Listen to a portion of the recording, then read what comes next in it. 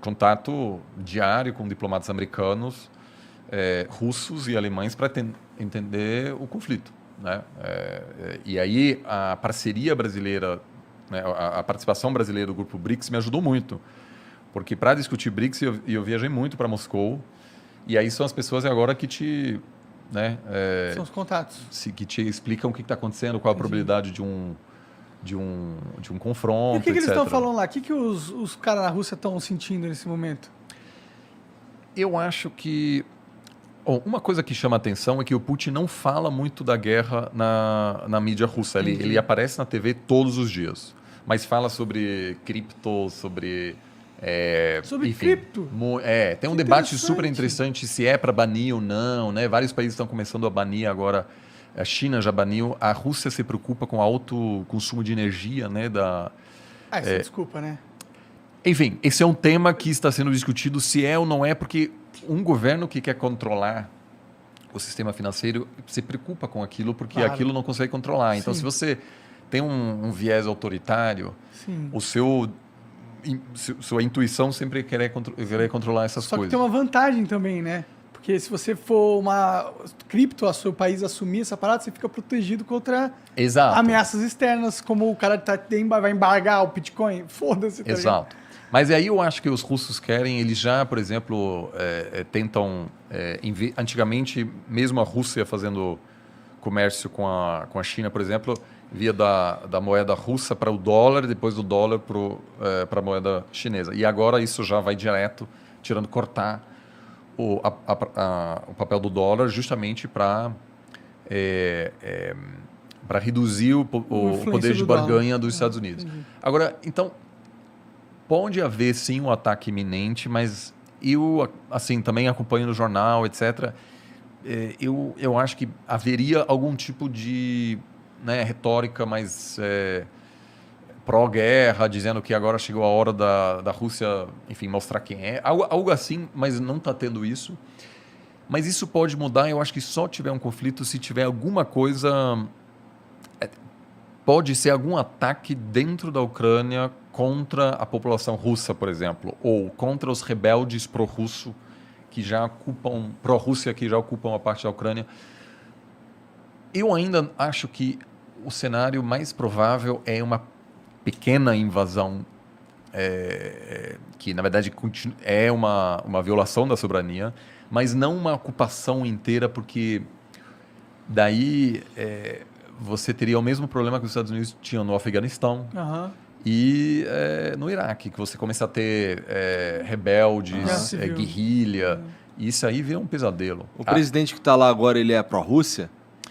Não, o presidente, o Zelensky, é uma pessoa, enfim, que é um comediante, e o papel dele, que ele mais fez sucesso, foi de presidente da Ucrânia. Você tá de Peraí, ele é sacanagem. comediante? Essa é a profissão dele. Que pira, ele tinha um Caralho, programa... É o Bolsonaro do... Não, nos programas enfim, era o presidente, só que no programa dele. A eleição dele é um sinal de um cansaço terrível da população ucraniana com o sistema político. Muita corrupção. Então, quando eles elegeram esse cara, também foi uma forma do eleitor dizer à elite política, a gente cansou de vocês. Então, ele tem uma posição mais pró-Ocidente, é mais popular do lado da Ucrânia, que fica perto enfim, da Europa. E aí a Ucrânia vem tendo presidentes que às vezes são mais pró-Rússia, mais pró-Ocidente. O atual tem uma taxa de aprovação baixíssima. Então tem duas teorias. Ou uma invasão levaria ao colapso porque a população diz: eu não vou morrer defendendo esse governo, que é um palhaço, é um profissional de fato. Que loucura. Volte a fazer o que você estava fazendo. Uma pessoa que não sabe governar, etc. É muito raro você ter uma pessoa que vem totalmente de fora e faz um bom governo. Porque é muito difícil governar e o cara não tinha Ainda nenhuma mais se a sua experiência. experiência era atuar como presidente. É. Atuar E a- mesmo no teatro. E a outra... Exato. Mas a outra alternativa é a invasão desperta, de repente, um apoio ao governo. E não dá pra saber, né? Não dá para saber. Isso que aconteceu, aliás, no governo Bush, no 11 de setembro. O Bush já estava assim, as pessoas começavam a perceber que aquilo não era um bom presidente, né? Uma pessoa muito incapaz, etc. Aí aconteceram os ataques, viram Bush com a bandeira americana lá em Nova York e, de repente, de um dia para outro, tinha uma taxa de aprovação muito alta, que levou ele à loucura para, né? Enfim, que ele Guerra ao levou terrorismo. no final a guerra no Iraque, que um líder menos popular jamais poderia ter feito. Então, ninguém sabe como a Ucrânia vai reagir. Isso é o grande problema e isso também é o problema do Putin. Porque ele claramente não quer se envolver aí no negócio que, aliás, a Rússia já viveu nos anos 80 quando invadiu o Afeganistão. Ficou 10 anos lá e foi um terror. E o que aconteceu naquela época? Os americanos começaram a financiar os Mujahideen, que depois explicam a ascensão do Talibã. Os americanos apoiaram radicais que depois, né, vamos dizer, se transformaram no grupo que acabou atacando os Estados Unidos no 11 de setembro. Então, o que os americanos fariam no caso de uma invasão russa na Ucrânia? Iam mandar muitas armas para a resistência. Então, aquilo aí é um negócio que eu acho que para a Rússia, eu acho que não compensaria, porque o custo econômico é enorme num país que, assim, tem reserva, mas uma ocupação é muito, muito cara. Penoso, né? Eu acho que eles não vão querer, né? Porque se eles ocuparem a OTAN... Porque a OTAN não estava querendo colocar uns exércitos lá na fronteira? Não estava rolando uns negócios assim? Eu acho que, assim, os Estados Unidos cometeram um erro gravíssimo, porque em 2008 o Bush falou que algum dia a Ucrânia vai fazer parte da OTAN. Que do ponto de vista americano é totalmente desnecessário. Para que agregar a Ucrânia à OTAN? A lógica da OTAN foi de se defender da Rússia, então um ataque aos alemães, etc. Então, basicamente, querendo impedir que a Rússia pudesse ocupar indústrias, por exemplo, na Alemanha, na França, né? Agora, o ganho estratégico dos Estados Unidos integrar a Ucrânia na OTAN é praticamente zero. É só encher o saco da Rússia. Pior, porque se a Ucrânia sofrer um ataque, os Estados Unidos é obrigado a entrar no conflito. E a população americana não quer isso. O Trump foi bastante honesto. Ele falou, olha, alguns países da OTAN, eu não sei se os Estados Unidos querem defender.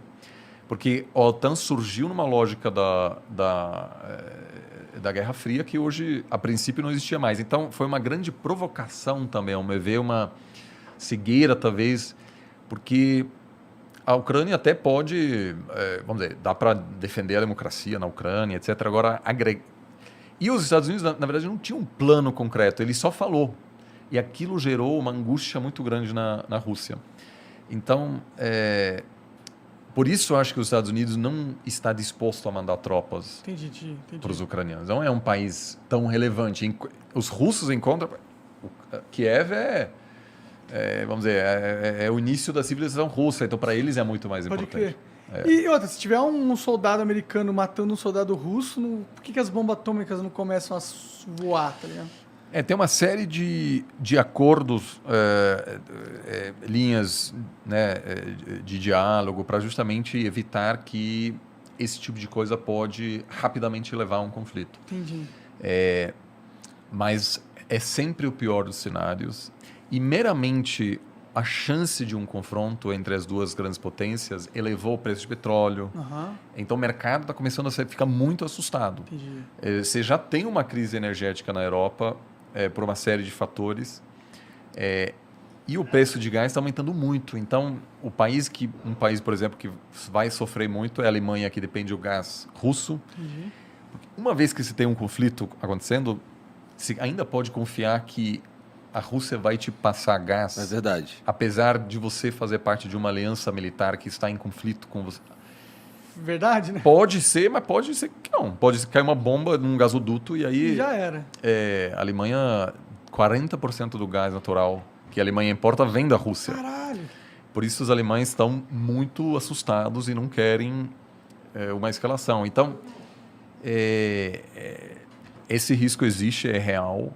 Tem muitas manobras acontecendo do exército americano perto do exército russo no Mar Negro. Isso é muito assustador, porque às vezes é um erro humano que pode levar a, enfim, um confronto que pode levar a um conflito. Foi assim que a Primeira Guerra Mundial começou. Foi uma guerra sem querer. Ninguém queria iniciar a Primeira Guerra Mundial. Então, nesse caso, portanto, os diplomatas se desempenham tanto agora em querer baixar as tensões, basicamente. Entendi.